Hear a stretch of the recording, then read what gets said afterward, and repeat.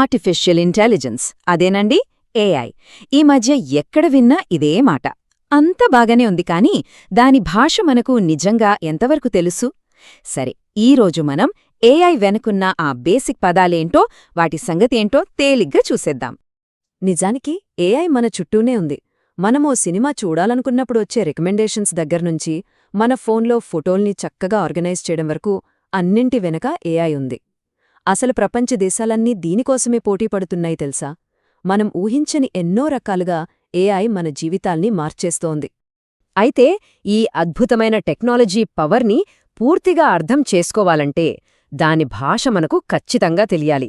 అందుకే ఈరోజు ఏఐ ప్రపంచంలో ప్రతి ఒక్కరికీ తెలిసి ఉండాల్సిన కొన్ని ముఖ్యమైన పదాల గురించి చాలా సింపుల్గా మాట్లాడుకుందాం. సరే, ఏఐ భాష నేర్చుకోవాలంటే మనం పునాది నుంచే మొదలుపెట్టాలి గదా. అసలు ఏ ఆటోమేటెడ్ సిస్టమ్ వెనకైనా ఉండే ఆ బేసిక్ ప్రిన్సిపల్ ఏంటో దాంతో స్టార్ట్ చేద్దాం. ఆ పదం పేరు ఆల్గరిథం. సింపుల్గా చెప్పాలంటే ఏదైనా ఒక పనిని పూర్తి చేయడానికి కంప్యూటర్కు స్టెప్ బై స్టెప్ ఇచ్చే సూచనల లిస్ట్ అనమాట. అచ్చం మన వంటల పుస్తకంలో ఉండే రెసిపీలాగా. ఏం చేయాలో, ఎలా చేయాలో క్లియర్గా ఉంటుంది. సో ఒక ప్రాబ్లంతో మొదలుపెట్టి సొల్యూషన్ దగ్గరికి ఎలా వెళ్లాలో ఇది దారి చూపిస్తుంది. ఇదిగో ఇక్కడ చూస్తే ఆల్గరిథం ఫ్లో ఎంత సింపుల్గా ఉంటుందో అర్థమవుతుంది. ఫర్ ఎగ్జాంపుల్, మనం పొద్దున్నే కాఫీ పెట్టుకోవాలి అనుకుందాం. ఇన్పుట్ ఏంటి? కాఫీ పొడి, నీళ్లు. మరి సూచనలు? వాటిని మెషీన్లో వేసి బటన్ నొక్కడం. ఇక ఫైనల్ అవుట్పుట్ వేడివేడి కమ్మటి కాఫీ. ప్రతి ఆల్గరిథం పనిచేసేది కూడా ఇంతే సింపుల్ లాజిక్తో. సరే, ఇప్పటిదాకా మనం చెప్పిన రూల్స్ ఫాలో అవ్వడం చూసాం. ఇప్పుడు అసలైన స్టెప్, అదే నేర్చుకోవడం. ఇక్కడే మనకు మెషీన్ లెర్నింగ్ పరిచయం అవుతుంది. అంటే ఇక్కడ సిస్టమ్కి ప్రతిదీ మనం స్పూన్ ఫీడింగ్ చెయ్యక్కర్లేదు. దానికి బదులుగా వేల కొద్ది ఉదాహరణలు, అంటే డేటా ఇచ్చేస్తాం. అది ఆ డేటాని అనలైజ్ చేసి అందులోన్న ప్యాటర్న్స్ని అదే గుర్తించి తనంతట తానే ఇంప్రూవ్ అవుతుంది. అద్భుతం కదా. ఇప్పుడు నెక్స్ట్ లెవెల్కి వెళ్దాం. ఈ లెర్నింగ్ కాస్త అచ్చం మన మెదడులా ఎలా పనిచేయడం మొదలుపెడుతుందో చూద్దాం. దీన్నే న్యూరల్ నెట్వర్క్ అంటారు. ఒక రకంగా చెప్పాలంటే ఇది ఏఐ యొక్క బ్రెయిన్ ఆర్కిటెక్చర్. మన మెదడులో న్యూరాన్లు ఎలాగైతే ఒకదానికొకటి కనెక్ట్ అయి పనిచేస్తాయో, ఈ న్యూరల్ నెట్వర్క్ కూడా అలానే డేటాని ప్రాసెస్ చేసి నిర్ణయాలు తీసుకుంటుంది. అందుకే దీన్ని ఆర్టిఫిషియల్ న్యూరల్ నెట్వర్క్, షార్ట్గా ఏఎన్ఎన్ అని కూడా అంటారు. ఈ స్ట్రక్చర్ చూసారంటే మొత్తం 3 భాగాలుంటాయి. మొదటిది ఇన్పుట్ లేయర్, డేటా లోపలికి వచ్చే దారి ఇది. ఇక మధ్యలో ఉండే పొరలున్నాయి చూశారు, అవే హిడెన్ లేయర్స్. అసలైన మ్యాజిక్ అంతా జరిగేది ఇక్కడే. ప్రతి లేయర్ డేటాని అనలైజ్ చేసి ప్యాటర్న్స్ని గుర్తిస్తుంది. ఫైనల్గా చివరిదైన అవుట్పుట్ లేయర్ నుంచి మనకు కావాల్సిన రిజల్ట్ బయటికి వస్తుంది. అచ్చం మన బ్రెయిన్లోని న్యూరాన్స్ పనిచేసినట్టే ఉంది గదా.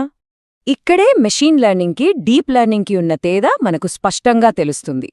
మెషీన్ లెర్నింగ్ అంటే 1-2 లేయర్లతో సింపుల్గా ఉంటుంది. అదే డీప్ లెర్నింగ్ అనుకోండి, వందల కొద్ది లేయర్లతో చాలా కాంప్లెక్స్గా, చాలా డీప్గా ఉంటుంది. అందుకే దానికి ఆ పేరు. ఈ ఎక్స్ట్రా లేయర్స్ వల్లే డీప్ లెర్నింగ్ మనిషి హెల్ప్ లేకుండానే చాలా క్లిష్టమైన విషయాల్ని కూడా నేర్చుకోగలదు. ఓకే, ఇప్పుడు ఏఐ బ్రెయిన్ రెడీ అయిపోయింది. మరి నెక్స్ట్ ఏంటి? దానికి మన భాష, అంటే మనుషుల భాషను ఎలా అర్థం చేసుకోవాలో, ఎలా మాట్లాడాలో నేర్పించాలి కదా. ఇప్పుడు ఆ స్టెప్కి వెళ్దాం. మనందరికీ సిరి, అలెక్సా తెలుసు కదా.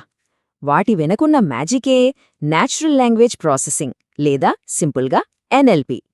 ఇదేంటంటే కంప్యూటర్లకు మన భాష, అంటే మనం మాట్లాడే తెలుగు, ఇంగ్లీష్ లాంటి భాషలను అర్థం చేసుకుని వాటికి రెస్పాండ్ అయ్యేలా చేసే టెక్నాలజీ. గూగుల్ ట్రాన్స్లేట్ కూడా దీనికొక బెస్ట్ ఎగ్జాంపుల్. ఇక ఇప్పుడు చాట్ బాట్లు, జెనరేటివ్ ఏఐల వెనకున్న అసలైన పవర్ హౌస్ గురించి మాట్లాడుకుందాం. అదే లార్జ్ లాంగ్వేజ్ మోడల్, లేదా ఎల్ఎల్ఎం. దీన్ని ఎలా ఊహించుకోవాలంటే ఇంటర్నెట్లో ఉన్న దాదాపు మొత్తం ఇన్ఫర్మేషన్ని చదివి నేర్చుకున్న ఒక సూపర్ బ్రెయిన్ లాంటిది. అందుకే అది మన ప్రశ్నలకి సమాధానాలివ్వగలదు, కథలు రాయగలదు, అచ్చం మనుషుల్లా మాట్లాడగలదు. ఇంత పవర్ఫుల్ టెక్నాలజీ కదా. అంత పర్ఫెక్ట్గా ఉంటుందనుకుంటే పొరపాటే. ఈ సిస్టమ్స్కి కూడా ఒక పెద్ద ప్రాబ్లం ఉంది. విచిత్రమేంటంటే అది అచ్చం మనుషుల్లో ఉండే లోపం లాంటిదే. అదేంటో ఇప్పుడు చూద్దాం. ఇక్కడో ఇంట్రెస్టింగ్ క్వశ్చన్.